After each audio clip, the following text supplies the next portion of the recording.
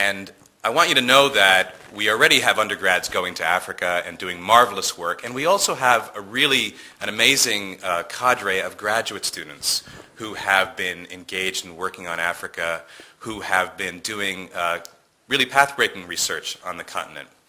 And one of them is here with us tonight, who is from Kenya, and who is a master's student in international studies, and who has been working on hip-hop music and urban culture among youth in Nairobi, Kenya.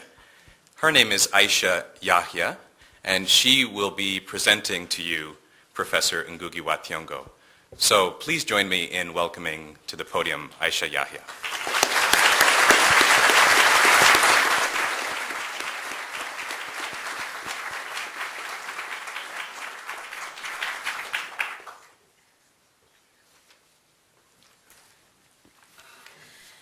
In the summer of 2004, I returned to my hometown of Nairobi, Kenya, where the city was buzzing with one man's name.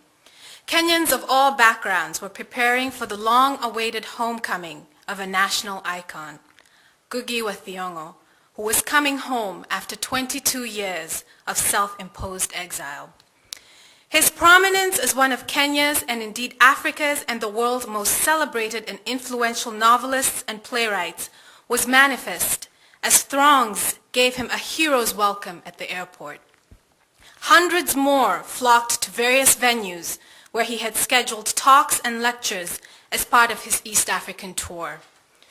On one August afternoon, I joined scores of students and community members in a very crowded Taifa Hall at Nairobi University to hear him lecture on the role of universities in contemporary African society.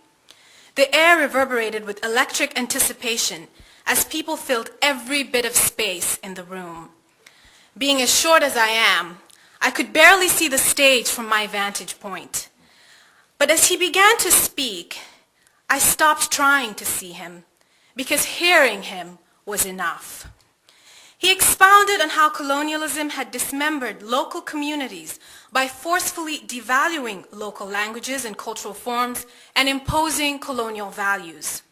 He asked us to remember ourselves, to return to our roots, to actively promote our languages and give credence to our unique cultural identities within and outside academia. A powerful message for my generation, which has been taught to operate in English. As a young Kenyan who is always caught at the crux of competing values of so-called tradition and modernity, and who must constantly negotiate through an evolving cultural landscape in a post-colonial and globalizing world, his words resonated very strongly in my mind. Indeed, Ngugi's message as a scholar and post-colonialist theorist has resonated the world over, and he has left an indelible mark in the academic and literary world. His works, which include novels like Weep Not Child, The River Between, and A Grain of Wheat, have been translated in more than 30 different languages and tackle themes that highlight the far-reaching impact of colonization and neocolonialism. He has championed the use of indigenous languages in literature, deciding in 1977 to start using his native language of Gikuyu instead of English in his writing. His first Gikuyu novel published in 1980 was Devil on the Cross, which he started to write while in prison. He had been detained without a trial at the end of 1977 after the critical political message in the popular play I Will Marry When I Want, which he co-wrote, invoked the wrath of the Kenyan government. Before his detention, he was a professor at University of Nairobi, but was not reinstated after his release. While abroad in 1982 promoting his books, he learned of a government plan to arrest him again, and he chose not to return. Since that time, he has taught at Yale, Amherst College, and New York University, and been a visiting professor and guest lecturer at numerous other institutions. His contributions have been recognized through such distinguished awards as the Paul Robeson Award for Artistic Excellence, Political Conscience, and Integrity, the UNESCO First Prize, and the Nonino International Prize.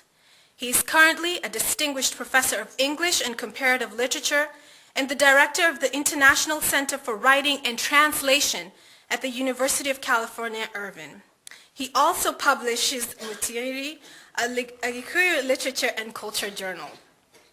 In essence, I cannot describe the full scope of his work here, but as a Kenyan and a University of Oregon student, it honors me greatly to introduce to you novelist, playwright, essayist, and human rights activist, Mr. Ngugi wa Thiong'o. Thank you very much. Thank you.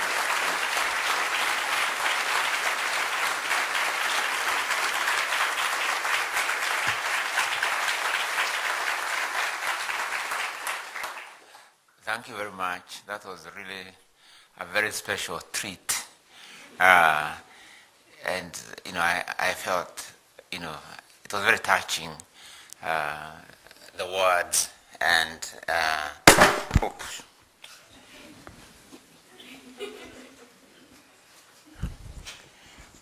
Oh, let me put it here.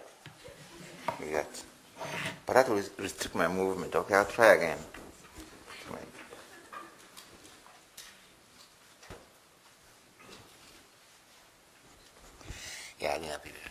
Yeah, I was saying that's very touching, and it took me back home to Kenya. And of course, I'm very proud that it was a Kenyan who introduced me to the audience tonight with such so highly articulate. As I was told about her and the work she's doing in Kenya, I was looking forward to actually meeting her anyway, so that she can put me in touch with the Kenya I was not able to quite reach, because what she don't actually say is that in the midst of that great welcome which my wife and I received from Kenyans, tremendous welcome after 22 years being away, we nevertheless were attacked on August 11 at midnight in one of the most secure parts of Nairobi. We were attacked by four armed people, and who really took us through torture, including raping my wife. So it's not, and yet it's a visit full of memories of both grandeur and also that aspect of Kenyan society.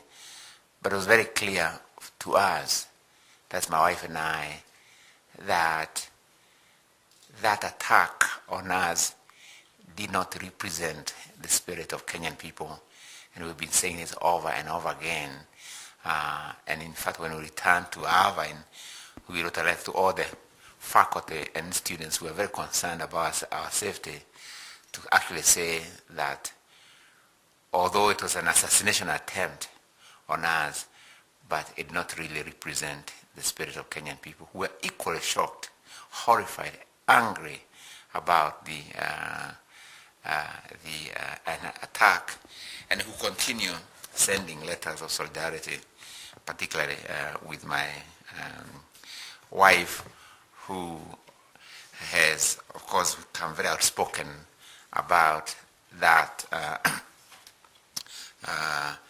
attempt to, or rather that act of humiliation, but she refused to bow down to it, and so on.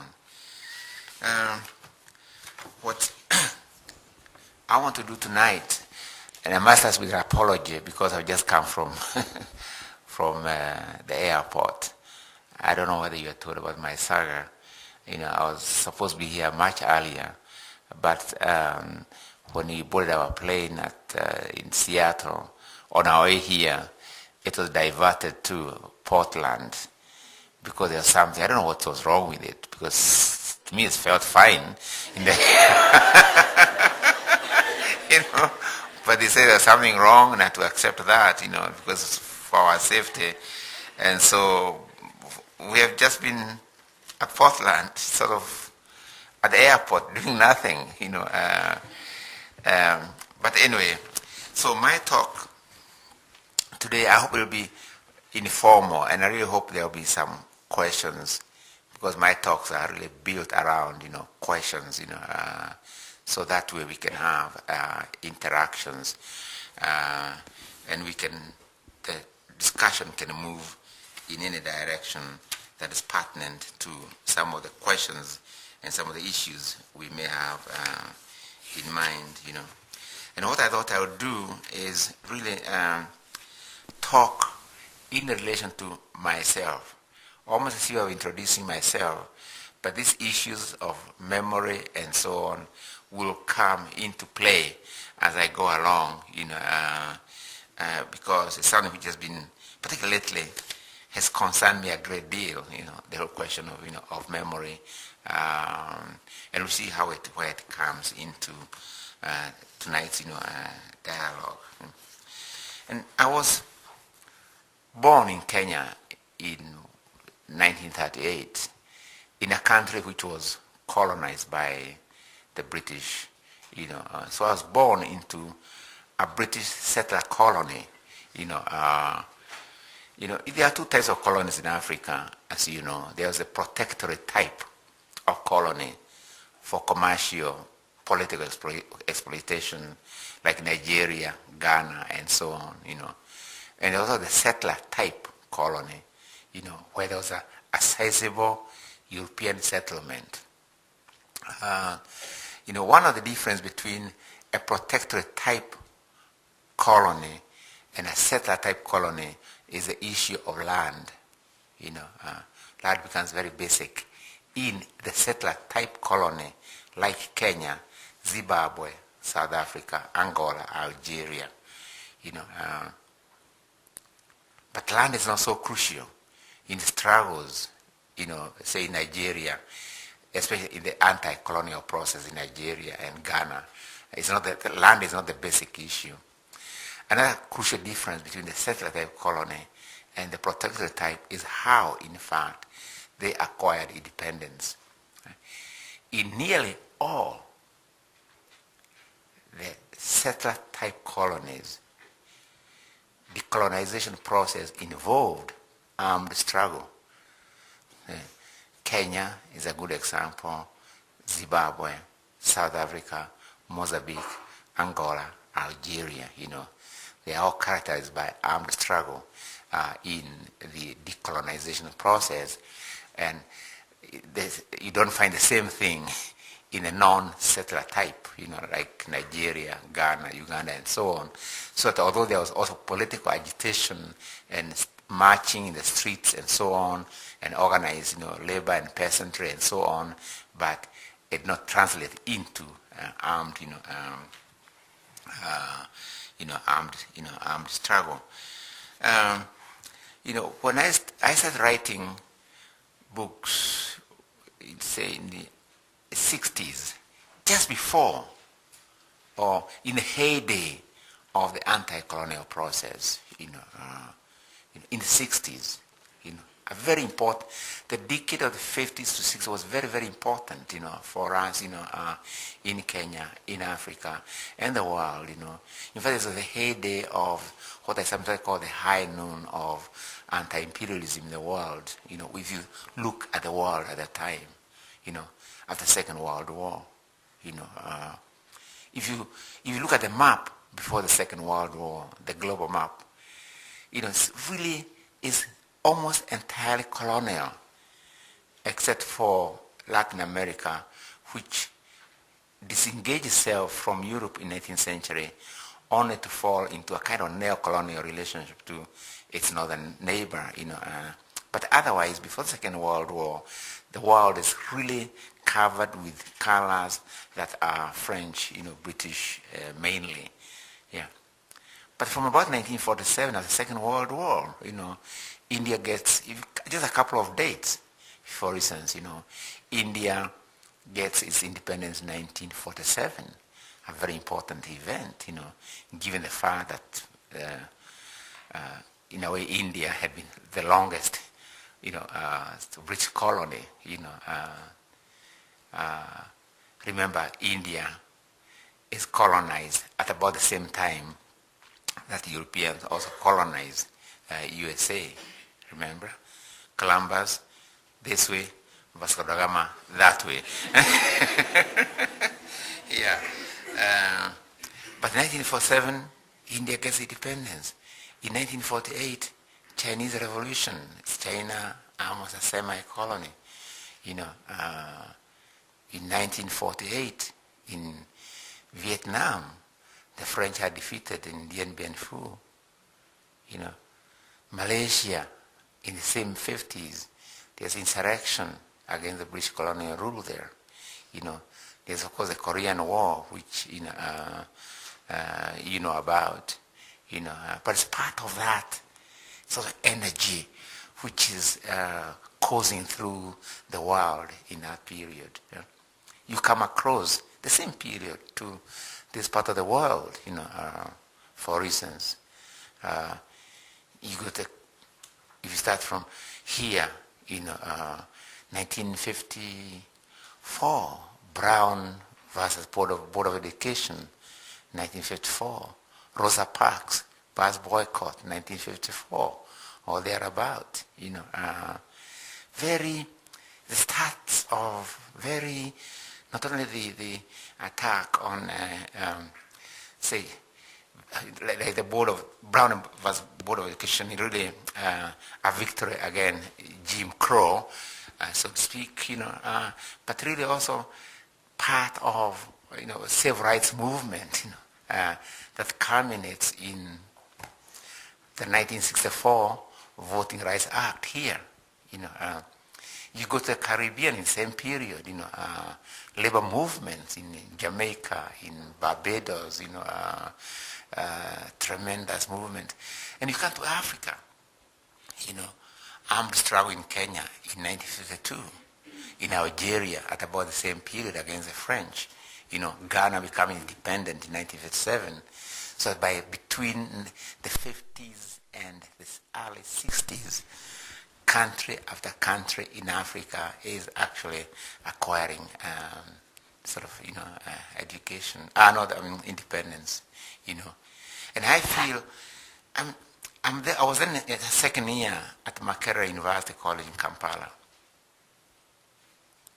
And I really feel strongly that the energy, the anti-colonial, anti-imperialist, energy, that was everywhere must have affected us as students also. Because how else do I explain the fact that I, as a colonial student, in my second year as an undergraduate student of English, felt that, I want to write books,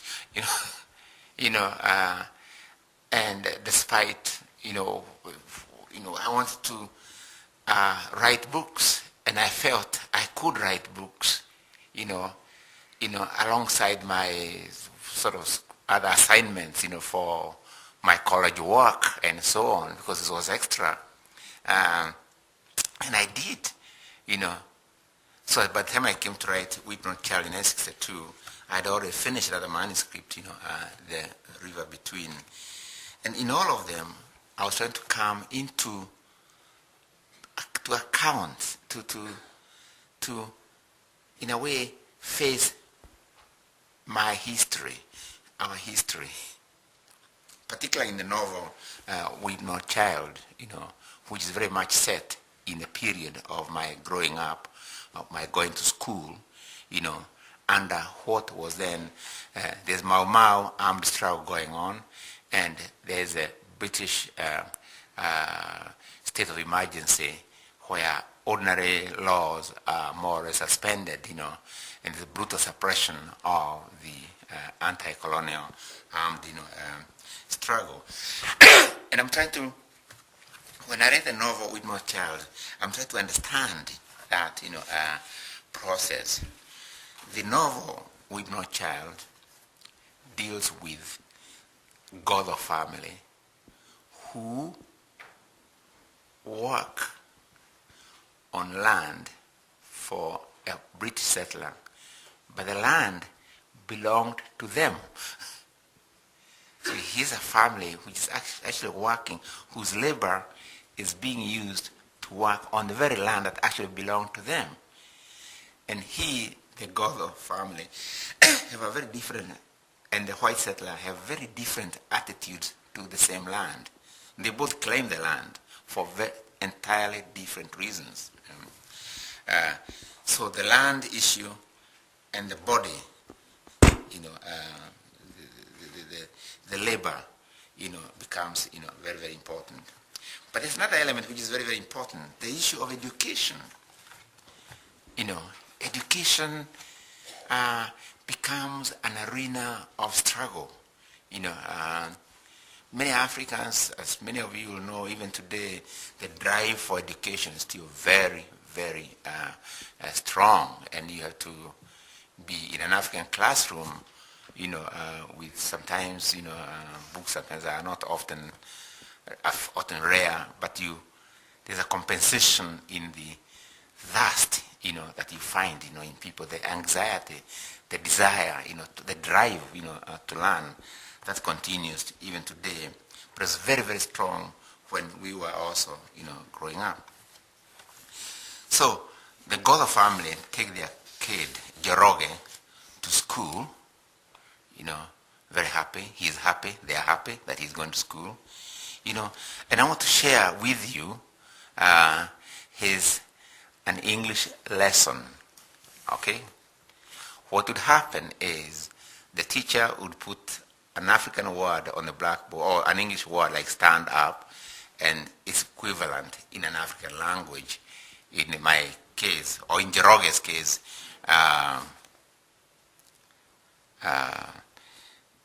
Gikoyo. So in English, they used to learn, so I don't know whether they do it. I don't know whether you do it these days, those who study English in schools, or for those who teach English in schools. English language is very complicated, because everything has to agree, like gender, verbs and plurality and gender and all those things have somehow to agree. And tense, and not all languages have the same structure. Like Kikuyu language, for instance, we don't have gender. When you say somebody has gone out, even in Kiswahili you don't say, there's no gender. If you say, ametoka nje, you cannot tell by that sentence alone whether there's a man or a woman who has gone out. Ametoka nje, amekuja, he has come or she has come. In Kikuyu language, for instance, we do not say adjectives. We don't say blue sky. We say the sky which is blue. The adjective, the relation between adjective and noun plays differently. We shall come back to that. Anyway, so the teacher puts a word there, stand up, rogama, and of course he sings, I am standing up. What am I doing? And the class says, you are standing up. Again, you are standing up. Hey, good class. And I must tell you, class, that tomorrow, a white inspector is coming to the school. You are doing very well. Let's continue. Here, you at the corner. Come on. What's your name? Come on, stand up, stand up. What's your name? Don't be shy. It's okay, it's okay. What's your name? Njoroge? Oh, good, Njoroge. Njoroge stood up. Learning English was all right, but not when he stood up for all eyes to watch and maybe make faces at him. Njoroge, what are you doing? Njoroge, you are standing up. Njoroge, I'm asking you, what are you doing? Njoroge, you are standing up. No, not class. Come on, what are you doing? Njoroge was very confused. Hands were raised up all around him. He felt more and more foolish, so that in the end, he gave up the very attempt to answer. Class, what did I tell you? Inspection tomorrow, don't let me down. Okay.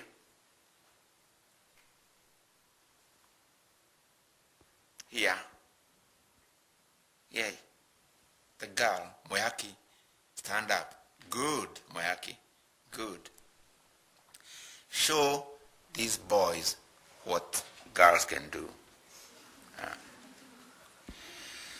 Moyaki, what are you doing? Moyaki, a little bit scared. I am standing up. Oh, good. Now, Njoroge, what is she doing? Njoroge, I am standing up.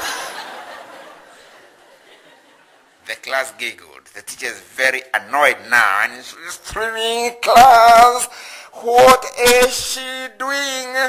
And the class now scared. You are standing up. I'm asking you, class, what is she doing? And the class, you are standing up. Look here, you stupid and lazy fools. How long do you take to catch things?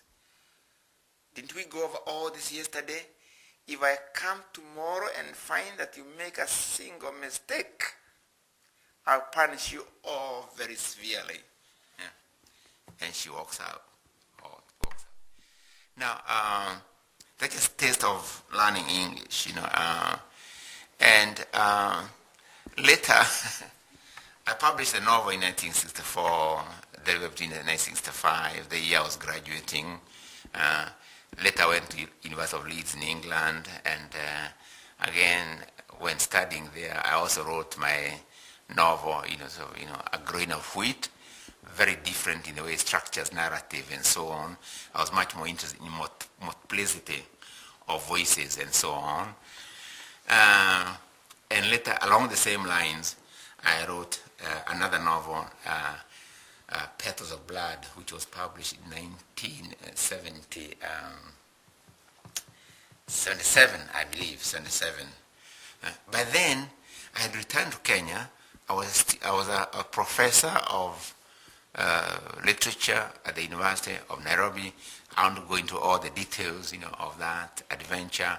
But some of us were also thinking at the same time that although we are professors at the University of Nairobi, we ought to go and work in the village.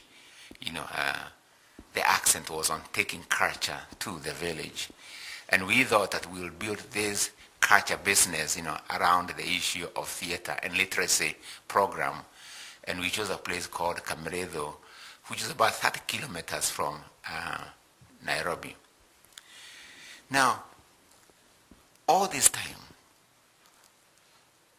The River Between, With My Child, A Grain of Wheat, Petals of Blood were written in English, including 2 plays which I had done, one singly and the other one in collaboration. But in the village, the issue of language cropped up. What language are we going to use if we are going to work in the village, if we are going to connect with the people? So the issue of language confronted me for the first time in a real practical sense. I thought about it before, but it never came as a practical challenge, something which I had to confront. And that's how we came to write the play, develop the play which we called I'll Marry When I Want, Gahika Deda in Kikuyu language. In English translation, of course, I'll marry when I want. The reason why I chose the language, because there's no other way we were going to connect with the community without using the language they were then using. So it's purely a matter of practical necessity that actually we chose the language of that particular community. As it happened, it became so successful. People were coming from all over. And then November 16, 1977, the play was stopped by the Kenya government. And not only that, 3 weeks later, on the midnight of December 1977, that was December 1977, I was taken from my house at midnight by armed policemen and taken to a maximum security prison. Professor of literature the night before, a famous Kenyan writer, with 3 novels to his credit and plays and so on. And now I was in a maximum security prison without a name, no title, nothing, no trial even. I'm even more than that. I'm placed, the cell block where I was between 2 blocks. One for the mentally deranged, and the other block was for those who were facing death sentence, who were waiting execution, So the writer, scholar, was placed between those 2 blocks, Now, one thing when you're in prison, or when you're in a hostile environment, one has to be very careful, at least this is why I reasoned, not to merge with the environment. It's a grim environment. You must not merge with it, You must not become grim yourself. You must establish oppositional relationship between you and that environment. In other words, establish some kind of resistance, to that environment. And my way of resisting when I was there, we can go into this later during the question time, was really saying, how, as a writer, am I going to resist? I resist by writing in a very language which had been the base of my incarceration. But before I come to that, I started thinking very seriously about the issue of language. Why, I asked myself, had I been put in a maximum security prison for writing a play, working with the community, and more or less raising same kind of issues I had raised in my novels, and I had no problem. But when I raised the same issues in a language understood by the community, I'm put in a maximum security prison. That's how I started thinking about the language and its relationship to, and this is the process of my thinking.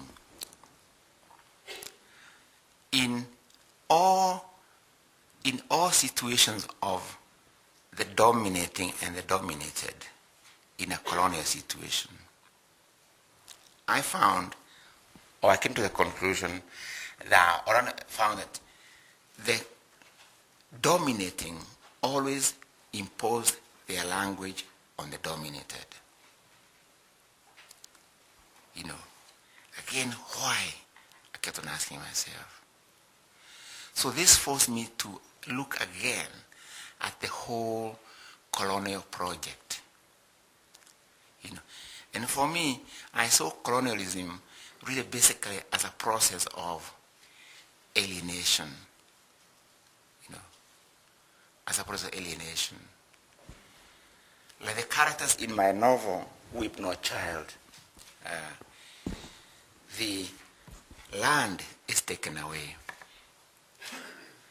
But not only the land, but also the labor of the colonized is also taken away. Very crucial, 2 crucial resources, land and labor, are colonized. That which belonged to me, that which I had control over, I don't have control over it. Another has control over it. Okay? It's alienation, but in a manner that makes me look at myself and my resources, I can see my land and the product of my body being controlled by somebody else, But not only that, language itself. Language. What is language doing? Language, of course, is very crucial in the economic, political, and psychological evolution of any community. Language mediates the economic, political, psychological processes of any community. Without language, I doubt whether we would have even division of labor, which is the basis of human community. For instance, language becomes very, very important. But it's not just language. Language is also, very importantly, also the carrier of memory. Yeah. Again, without memory, we cannot negotiate our relationship with nature, our relationship with one another. We cannot even negotiate, our relation to our own bodies and our own minds.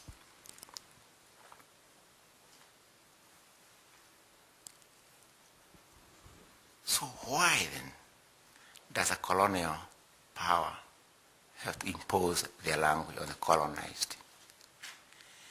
Because in a way, if you get at the language of a people, in a way, you are getting at that which cements the whole economic, political, cultural, social, psychological, aspects of that community. Very, very important. And most crucial, you actually, in a way, also control the memory of that community. Very important. Language, indeed, is part of a vast naming system. You name, you own. Or rather, naming, you identify. Naming is a process of owning, because it's only by naming that you identify. And if you identify, you are able to isolate the different elements in one's environment. You remember, I don't know whether you know the novel, I think it's Robinson Crusoe. Where Robinson Crusoe, is shipwrecked on an island, and he discovered somebody called Friday. Okay, and it's assumed in their relationship that Friday has no language, and there comes a moment when Robinson Crusoe is teaching Friday language. So the first thing he does, of course, is the naming. Naming, he says, your name is Friday. Note, he does not ask Friday, what is your name? He said, no, your name is Friday. I name you. And my name is Master. Okay? So thereafter, whenever Friday presumably is asked by somebody, who is that man? Oh, he's Master. Okay? So note that it's Friday who names both. It's Crusoe who names Friday and also names himself, and by so doing establishes a certain relationship between them. Who Friday was? What will happen here? Friday is planting of Crusoe's memory on the body that now is called Friday. But presumably Friday had a name before. Okay? One, on the body of Friday is planted Crusoic memory. And if Crusoe is an English, what he is getting on the body of Friday is English memory. So his body, from then onwards, carries that memory. Whenever you see him, that is Friday. You don't say that is the person who was there before, whatever he was called. He is now Friday, the one who is named by,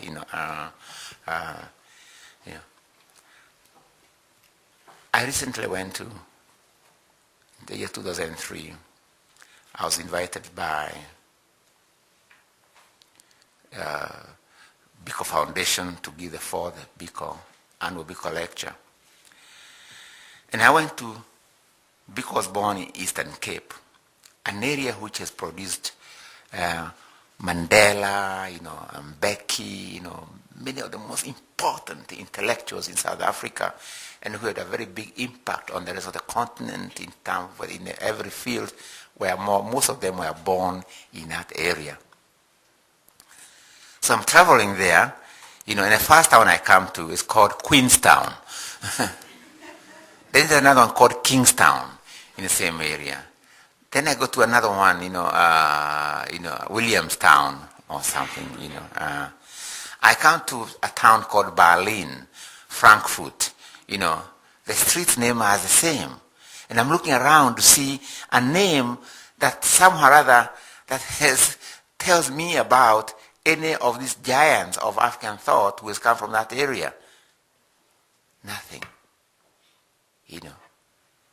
The memory of place, the memory of what was, the memory of what had been produced, that memory is buried by another. Presumably that place had names, and not only that, it has produced all those other names, but those names, the memory of place buried under a European memory. Now, if you think of language then as a naming system, then you can see what actually Joroge is happening to Joroge. You can actually see what's happening to me as a writer. That I come to write, about Kenyan history, Mau Mau struggle, history of the people, if you like. That memory of the is so crucial to their self-image is written in English. Again, the memory that is struggle, the memory that is Mau Mau, the memory that is Kenya-wide struggle of African people in Kenya, I can only access it, if you like, through a European memory. Wherever Europe went, it planted its memory on the place and the body. We want to think of US, you go to, I was in New York University for 10 years before I came to California. And of course, the whole of that East Coast, we think of it as New England. Okay, New England. Presumably, that place must have names before. But we are talking about New York, New England, New Britain, New London, New Haven, New Jersey. Okay? That's literally planting of one memory over another. Okay? We can see it in terms of names of places, but language does functions also in the same way. So that we are in a situation today where I, as an African writer, or as an African scholar, as an African historian, writing about African history, but that history is only seen, or can only be seen, through English or French and so on. One memory is buried under another memory, When I was in that prison house, it's that whole, I tried to go against that. I made a decision that I would no longer write my fiction or poetry in English anymore. I was going to write in an African language, and I was going to write in the only language then I knew quite well, which was Kikuyu. I had to do this. I had to find a way of connecting myself to myself, and I had to go against that whole colonial assumption, that people can only know themselves via England, in this case, or via European languages, or via Europe. Because remember, it's not only at the level of languages, at the level of other things. To travel between me, Kenya, and Ethiopia, sometimes it's easier to go to London, get another plane back to Ethiopia. It's easier. Telephones will be the same thing. It was easier to telephone somebody in London who will connect you something else, before the era of mobile phones. It was easier to do that, the same thing. So, but I'm thinking of language. So by actually the decision which I took, I was actually going against the whole colonial tenet, And I thought, and I still think, by so doing, I was trying to connect myself to my memory. And I was trying to also, in a sense, also call upon the entire African scholarship, the entire African literary establishment. Say, wait a minute. We have to connect ourselves to our memory. And connecting ourselves to memory is not the same thing as returning to a previous state of static being. Memory is not static. Memory is not static.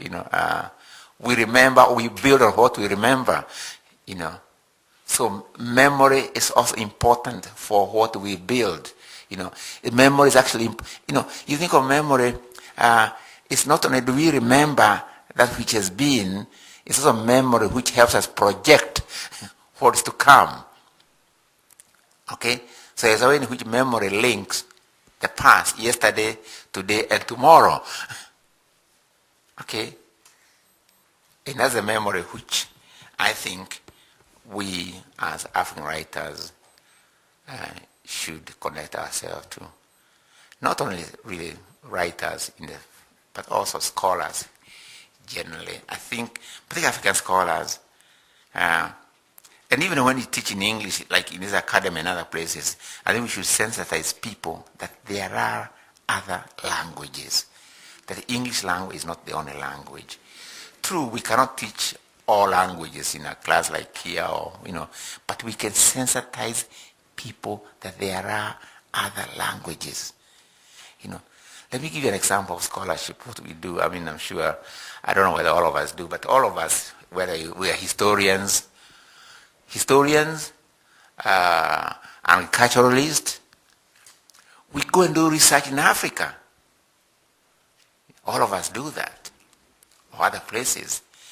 When we go there, we employ field workers, assistants to help us. You are an anthropologist or historian, you cannot speak the language, so naturally and correctly so, you employ an assistant who can speak the language and who takes, primary information from the community.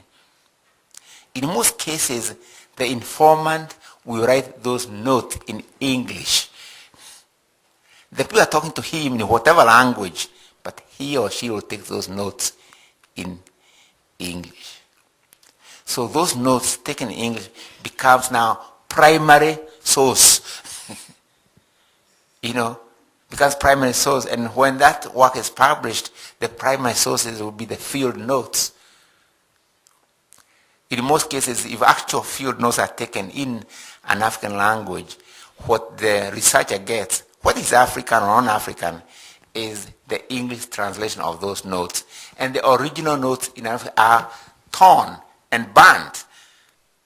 They don't exist. You burn that memory, and what's now in a European language becomes the primary source of that scholarship. And my own position is that things are upside down. We're continuing the colonial project in some ways, We are continuing the colonial project not because we are using English or French, but because we are replacing one memory by another, It's nothing to do with the fact we use English, There's nothing wrong with the English language or French, and so it's a language like any other,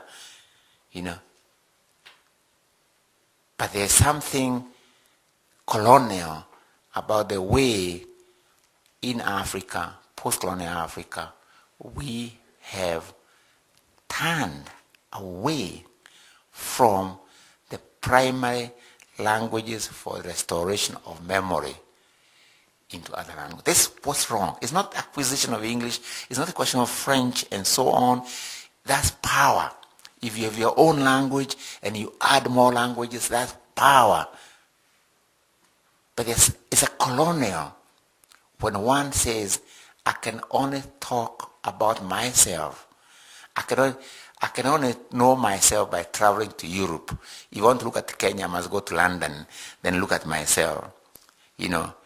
If I am to be whatever it is, I am only human when I become Friday, So I'm Friday and he is master, I cannot be myself when knowledge is real knowledge when it is coded in English.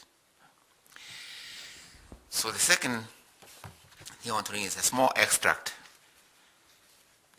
from the novel I wrote in prison on toilet paper in the Gikuyu language. I wrote on toilet paper because once again, you use what is around you. We didn't have paper, as in we were not allowed to have paper, no radio, no nothing, But there's one thing they gave us, which was toilet paper, So I said I would use the toilet paper they gave us, But the toilet paper you gave us had dual character. It was meant to punish us prisoners, so it's a bit hard. But what was hard was actually very good writing material. Yeah. So, and I told you about not being embedded with one's given environment. So I thought this time I'd use the satire as a way of looking at the post-colonial Kenyan society. And what I did in prison was I imagined a competition organized by the devil. Okay, the book is called Devil on the Cross, Shaitan Modarawaine. And in this competition the competition is to choose the 7 cleverest thieves and robbers. But these are not all the robbers. They are robbers who, there's a one robber who comes and say, I want to take part in the competition. I am very good at pickpocketing market women. And he said, get out, You can only compete if you steal in billions. Okay? If you steal because you are hungry or you're not close, you are booted out. But if you steal because you have more than enough, that's what the kind of thief we really want. Furthermore, there's an observed delegation, the International Organization of Thieves and Robbers. They sent a delegation, and whose headquarters then, I don't know whether they've changed, but then when I was writing this, headquarters was New York. Yeah. But I believe it's a big delegation because I think there was Japanese there was a German there was a French, there was an English there, they were all there for the delegation. And the idea was to give the crown to the local robber who has done very well, and furthermore, who has a vision of how they would increase robbing the people. Now, the bit I want to read to you is actually the bit where one robber becomes so wealthy out of stealing from the people that becomes a philosopher. he begins to wonder, what's all this about, So, whenever I, Ditika Wangoji, contemplate my extraordinary wealth, I ask myself, sadly, several searching questions. You see, with all my property, what do I have as a human being that a worker or a peasant or a poor male does not have? You see, I have one mouth, just like the poor. I have one belly, just like the very poor. I have one heart, just like the very poor. And as a male, I have one, you know what I mean, just like the poorest of males. Indeed, my friends, I have enough money and property to supply food for 1,000 people, but I'm satisfied with one plate food, just like other people. I have enough money to wear 100 suits at a time, but I can only put on one pair of trousers, one shirt, one jacket, except in winter, of course, just like other people. I have enough money to buy 50 lives if lives were sold in the market. But I've only one heart and one life, just like other people. Indeed, my friends, I have enough property and money to enable me to make love to 10 women every night. But now one woman exhausts me after only one go, and I end up falling asleep without being completely satisfied. So see that I have only one mouth, one belly, one heart, one life, and one, you know what I mean. What's the difference between the rich male and the poor? What's the point of robbing others? And then one night, he reads about cloning and transplants and so on, and his aversion. It was revealed to me that night that in this country we should have a factory for manufacturing human parts like mouths, bellies, hearts, and so on, spare parts for the human body. This would mean that a rich man who could afford them could have 2 or 3 mouths, 2 or 5 bellies, 2 hearts, and as a male, 2, If the first mouth became tired of chewing and his belly could hold no more, then the spare mouth and belly would take over. And when an old man like me had a sugar girl, instead of falling asleep soon after the first engine had stalled, he would simply start up the other engine and continue the task in hand, the 2 engines supporting each other all night long, so that on waking up in the morning, he would feel that his heart and body were completely relaxed. But my fellow robbers, I made one mistake. I told my wife about it. Women have no secrets. You see, at first my wife was very pleased with the idea, and she hugged me and praised me in English, calling my clever little darling, and showered me with kisses. She said if the idea ever bore fruit, it would be wonderful, for it would be possible to distinguish the wife of a man of property from the wives of the poor. You see, these days, all women, be they rich or whatever, poor, look alike thanks to this mass production of clothes. But after the factory was built, the wives of the rich would be distinguished from those of the poor by their 2 mouths, 2 bellies, 2 or more hearts, and 2 or more of female, you know what I mean. When I heard her mention 2 female organs, and say that she would be able to have 2 instead of 1, I was simply horrified. I I told her quite frankly that I would not mind her having 2 mouths or 2 bellies or multiples of any other organ of the body, but to have 2, oh, no. I told her to forget all that nonsense. You know what? She started arguing with me and said if that was to be the case, then I wasn't going to be allowed to have 2. I asked her bitterly, why do you want to have 2? Tell me, what would you use 2 for? And she retorted, why do you want 2? What would you use 2 for? If you have 2, then I must have 2. We must have equality of the sexes. By this time I was really very angry, and I told her to take her equalities to Oregon. Here we are Africans and you must practice African culture, and as I threatened to beat her, she gave up. She surrendered. She could say, I could have 10, she would be satisfied with 1. So my fellow robbers, think about that.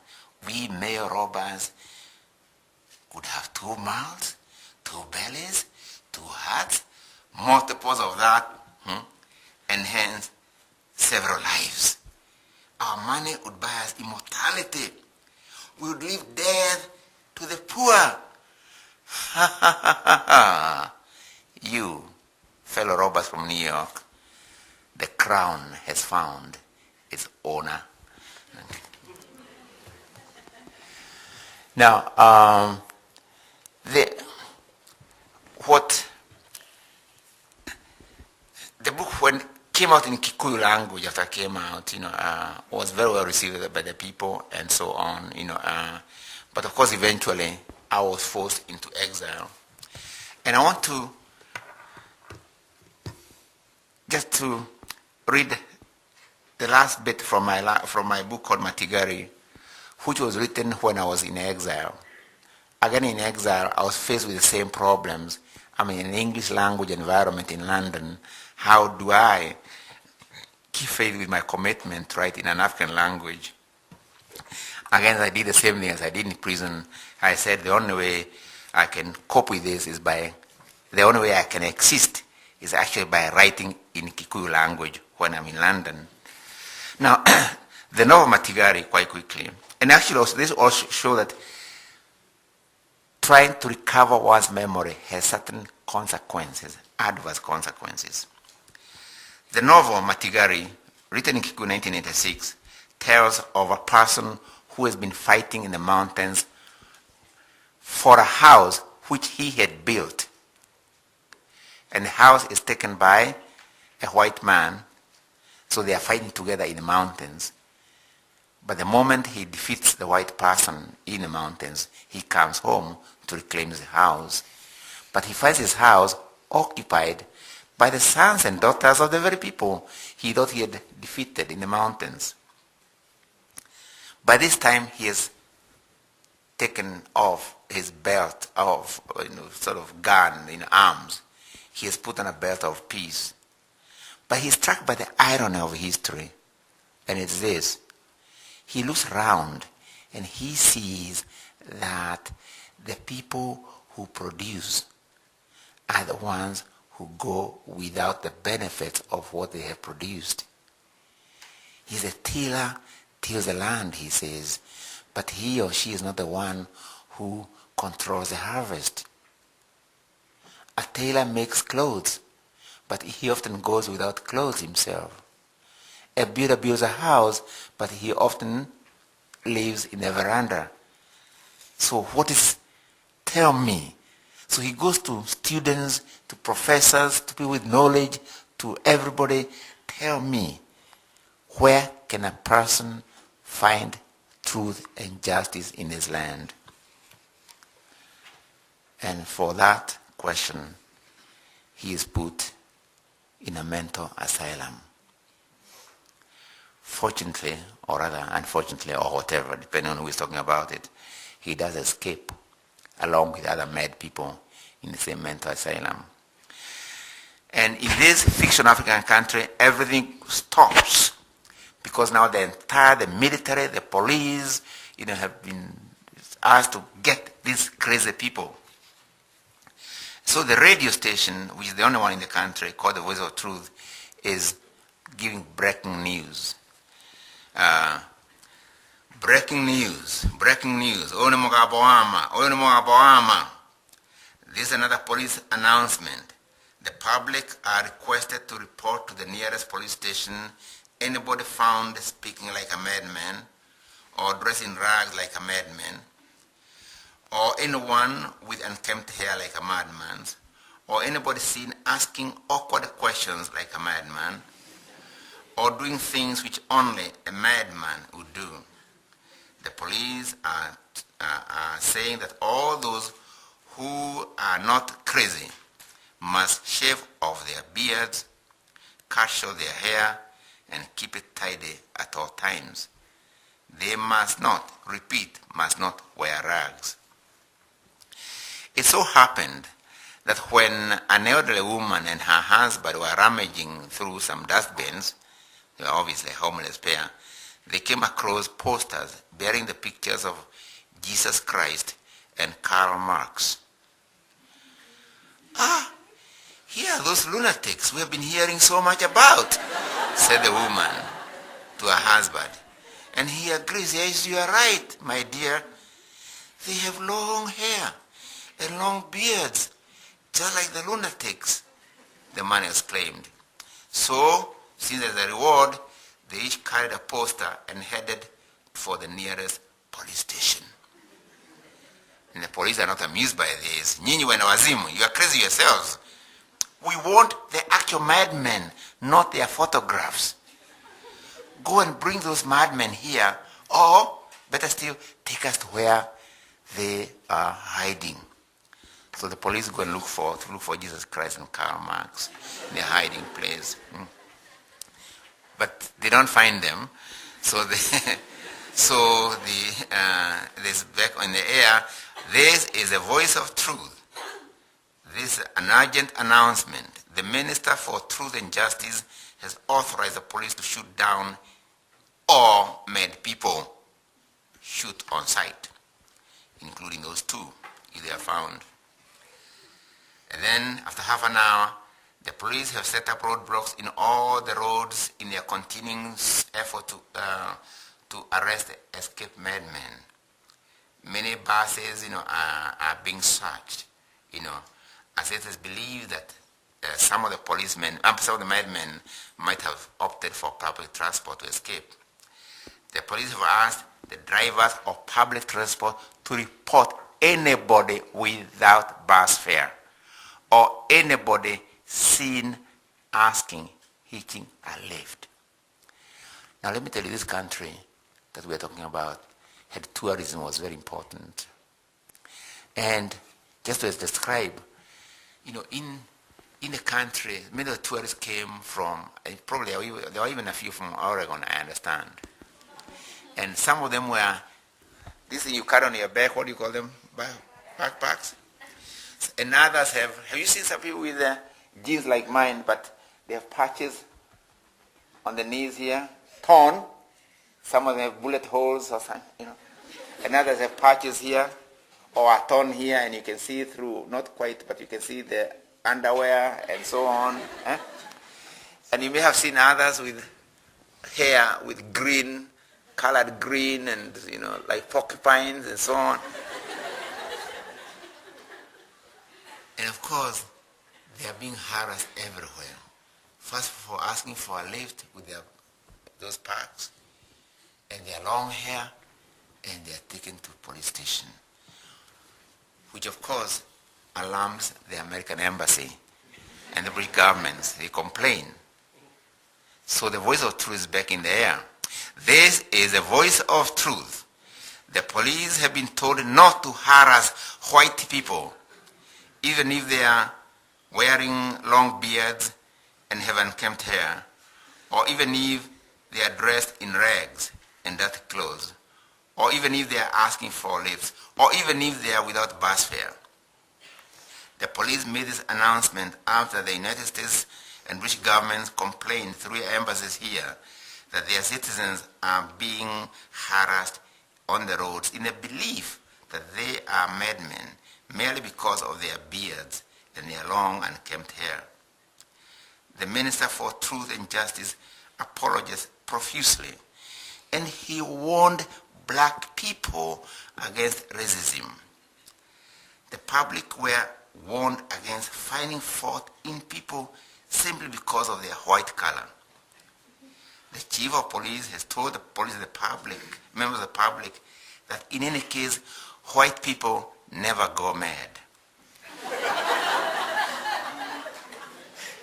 The police would like to inform the public that the escaped madmen, all of them, with the exception of a few Asians, are all black and African. What then happens to this novel is interesting, and I won't go into a story, but there was an attempt to arrest this character, Matigari, when news reached President Moi that there was a man called Matigari who was going around the country asking why he could find truth and justice, and Moi issued a warrant for his arrest so that he could be put in a maximum security prison, but they found he was a character in fiction, so they arrested the book instead. And indeed, that's true. By February, the book came out in 1986. In 1987, February, it was taken from all the bookshops from the shelves of all the bookshops in Kenya and from the publisher's warehouse. And there was a time, indeed, when Matigari existed only in English language, in exile, together with the author. What I'm trying to say basically is this, and I'll end on this note. The whole question of connection with the memory, with the place, is actually connecting with one's base. The way we apprehend reality all the time is by starting where we are. That's our base. And even when people fight, when people are fighting in a war, for instance, it's very interesting.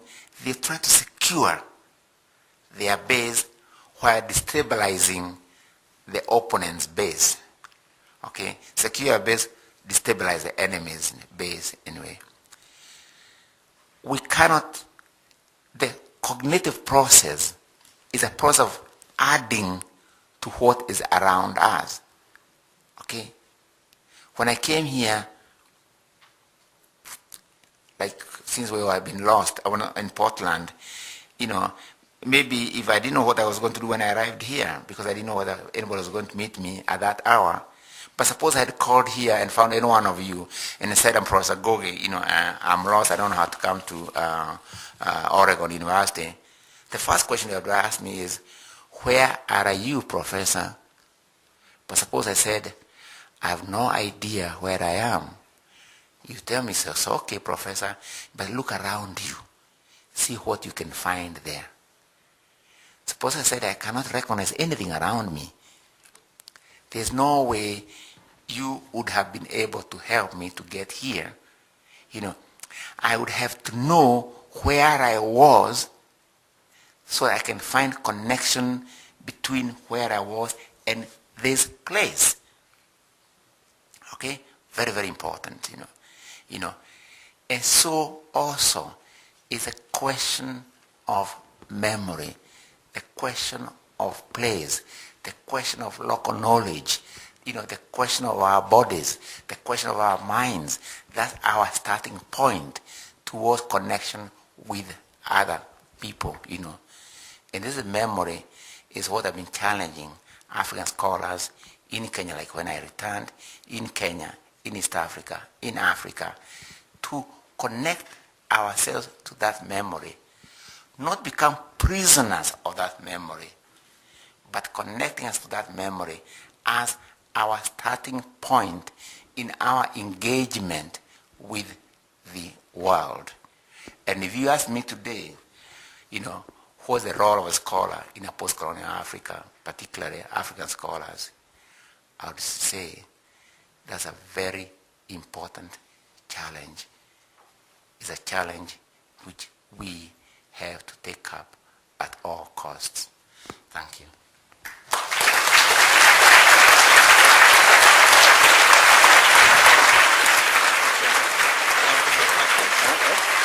Yeah, questions there.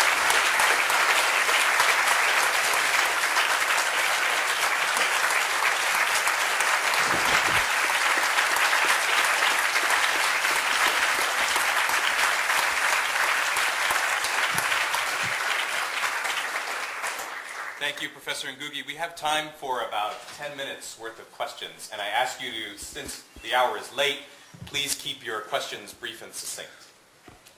Yes, sir, in the blue. Since you were in exile for over 2 decades, I'm wondering what your impressions were when you went back to Kenya, and what resonated most with you in terms of the kind of, what resonated in terms of what was home and what was it you identified with most relevant? A number of things. First of all, when I arrived in Kenya after 22 years, Nairobi, actually we went through via South Africa and then arrived in Nairobi. And our whole, I gave a press conference at the airport to say that I really want to be in touch with the everyday. Because as a writer, this is what you miss most. You miss the everyday. But the everyday, I mean, is what people do in the marketplace, in the shopping arena, how they dress in the street, how they walk, how they talk. So many little things that you really want to connect. But unfortunately, really, I was not able to do that, first because of the welcome which I received, which is tremendous, which my wife and I received, and the attack in the midst of that tour. Because we arrived there on July 31st, say August 1st, and by August 11, we are confronting 4 people armed with guns and machete and wire cutters in the middle of the night, my wife and I, and we had to fight our way, out of that apartment, escaped narrowly death, which was what was, I think, we were meant to suffer. So I didn't really get in touch with that which, I want to get in touch with, but there are some very obvious things that, obviously one could see. One, obviously, is what I'd seen before I left Kenya, but it was very, very pronounced. And this is the gap between, in Nairobi, you found, the houses with palatial houses, tremendous, house, new estates, wonderful, But beside them also, slums, What I found is a gap between the very wealthy and the very poor was actually widening. It widened at a very alarming rate. This was almost alarming.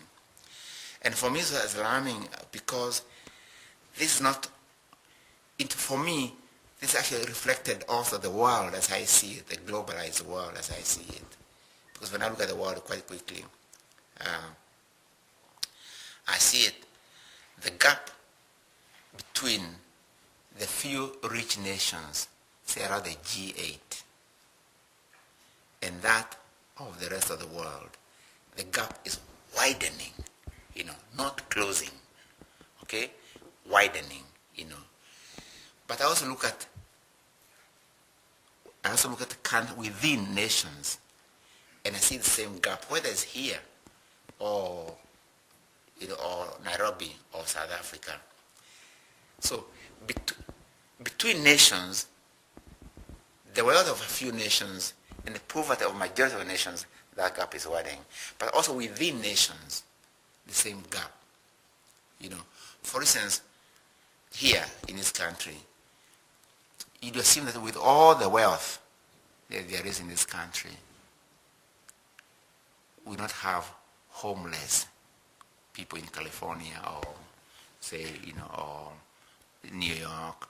You'd think that this general would mean more hospital beds, more hospital places, better schools all around, and yet this is not really the case. And yet there is wealth. Okay, so what I found in Nairobi for me became, in fact, a mirror image of what is happening in a globalizing or a globalized or globalizing world, where the gap between the have nations and the have not nations is widening, and within the nations themselves, big or small, the gap between the have social strata and the have not social strata, that gap is widening.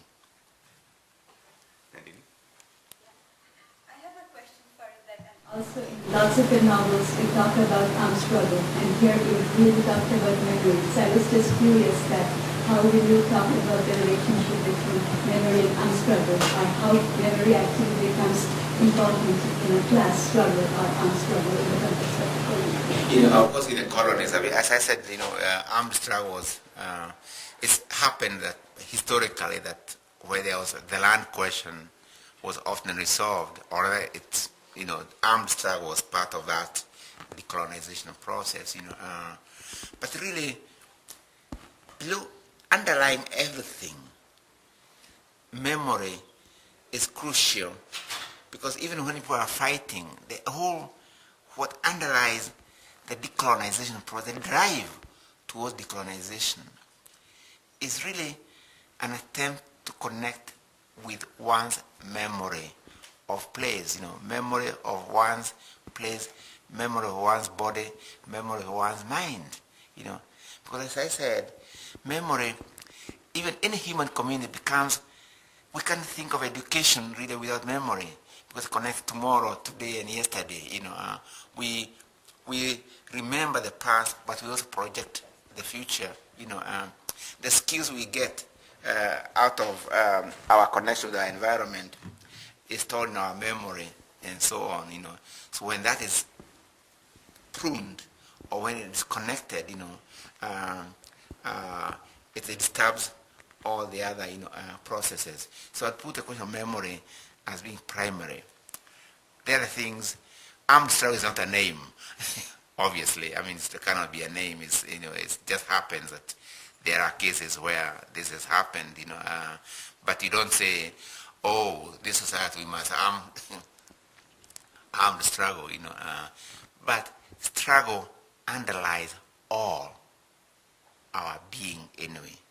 Struggle, In fact, I would say that there are two important struggles in human society. Struggle with nature and struggle among humans. Those basic struggles underlie every society. Struggle with nature and struggle with other humans. Struggle with nature because we eke our living from nature, from our environment. Hopefully, it should be a matter of a struggle of give and take. Although in a way we have been developing nature and so on, we've been developing as if we are masters of nature.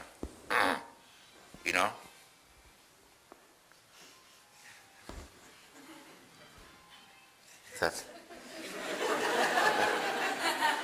I think it's probably my wife calling. I'll call her later. She's wondering where I am. Yeah. Struggle with nature. Sometimes we think we are masters of nature, but occasionally nature, through volcanoes, flooding, fires, tsunamis, reminds us we are not masters of nature. That we have, in fact, to learn, again, sometimes from our past. Nature, give and take, balance relation with nature, not distorted relationship with nature. Because from nature we can get everything, but it should be balanced relationship with nature. Let me just give you one example of how crucial nature is to our being. Of course, we know it, but let me just give a practical illustration. I may think my arm is more me than the air I breathe, for instance, because, But if you cut my arm, but please don't do it, okay? I can live for a day, for a month, for a year, probably for the rest of my life. But if you switch off the air I breathe, I'll not last a day. So there's a way in which the air, although it's external to me, is a more integral part of my being than than even my arm. So there's a way in which the person who is polluting the air I breathe through factories or environmental actually is a criminal behavior because actually threatening my life directly. So if you can get angry, somebody came and whacked off your arm, we should have the same kind of anger, at the pollution of the environment, because that is interfering with what me, there's that struggle, that struggle with nature, but also there's a struggle with other human beings, also, for the control of that entire relationship. So struggle is what makes us. Struggle is me, is you. Struggle is our history, so to speak, and it's very important. Over here. Professor Ngugi, I read some of your books in Tanzania when I was doing literature, and loved them. But the problem is, you were talking about colonization, and I was reading them in 81, when at that time we were going to gain independence, etc. So I did not have that memory of the drive or energy that was accompanied during that time. And unfortunately, that energy continues to die today. We look at the civil rights movement in this country. That energy and the drive is dying in some way, but we still have the same issues, kind of hidden or manifested in a different way. The colonization continues today in a different way. How do we, my son unfortunately cannot even speak Swahili, so I cannot tell them in Swahili. So how do we continue to have this memory of the drive? How do we do this? And again, in my view, and I agree with you, there is a tendency to, especially with globalization, is really, so we can develop despair sometimes, but sometimes hope sometimes lies in the very conditions under which we live. If you ask me really, I would say about global stability and even national stabilities. What is threatening those stabilities and world peace today is not even weapons of mass destruction, which again are hoarded by the G8 countries, who among themselves can blow the world over and over again, and I wish the G8 countries can say, let's get rid of weapons of mass destruction, which we hold, because we can blow the world, But anyway, what threatens the peace, stability in the world, actually is those gaps which I talked about, the increasing gap between a few rich nations and a majority of countries which are increasingly poor. And of course the gap, the same rift between the social haves and the majority of social have-nots, And I think we have somehow to rediscover in ourselves, that memory, in fact, of struggle, because without it, in a sense, we have no future as a human community. Because if this gap goes on increasing, there's no doubt that it's undercuts, our human stability. But fortunately, things don't always go that way. In other words, even with globalization, which we see today in terms of the freedom of capital to go across the nation states and barriers and so on, going to Kenya and out and so on, there's also through technology, information technology, also it means that also the working people say in America, the working people say in Kenya, in other places, are also aware of what, people are also aware of what's happening in other parts of the world, So there's one trend,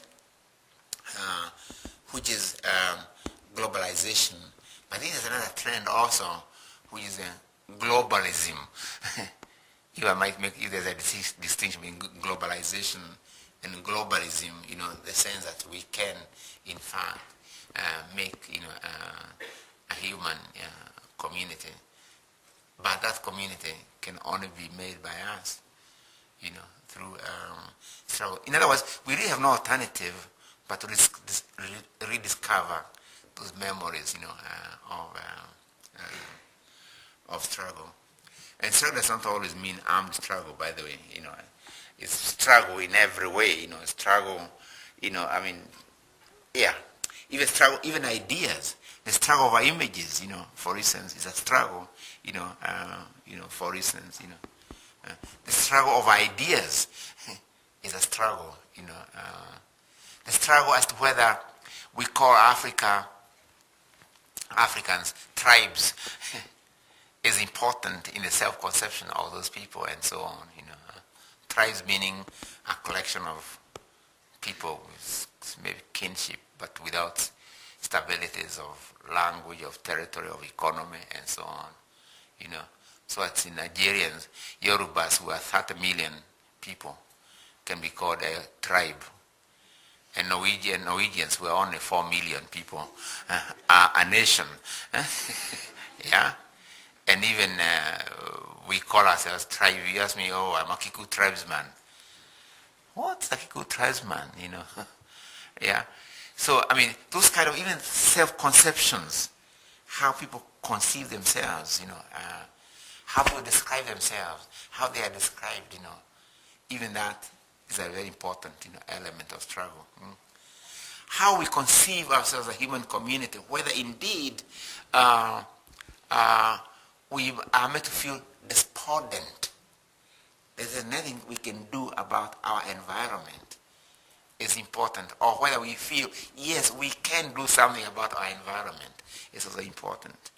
But unfortunately, the kind of colonial education we used to get, and I'm sure it's probably education in general, it tends to mystify my base, what's around us.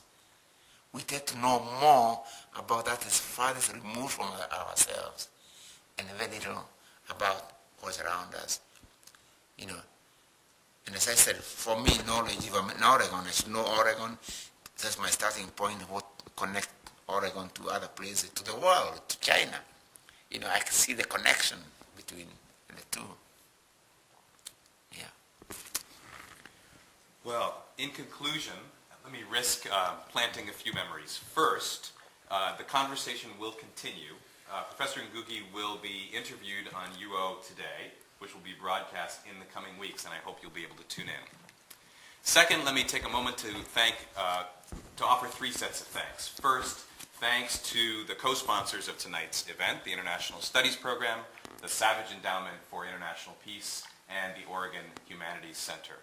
Second, thanks to you, the audience, for your patience with a delayed start and for your engagement with, I think, a really wonderful and rich talk.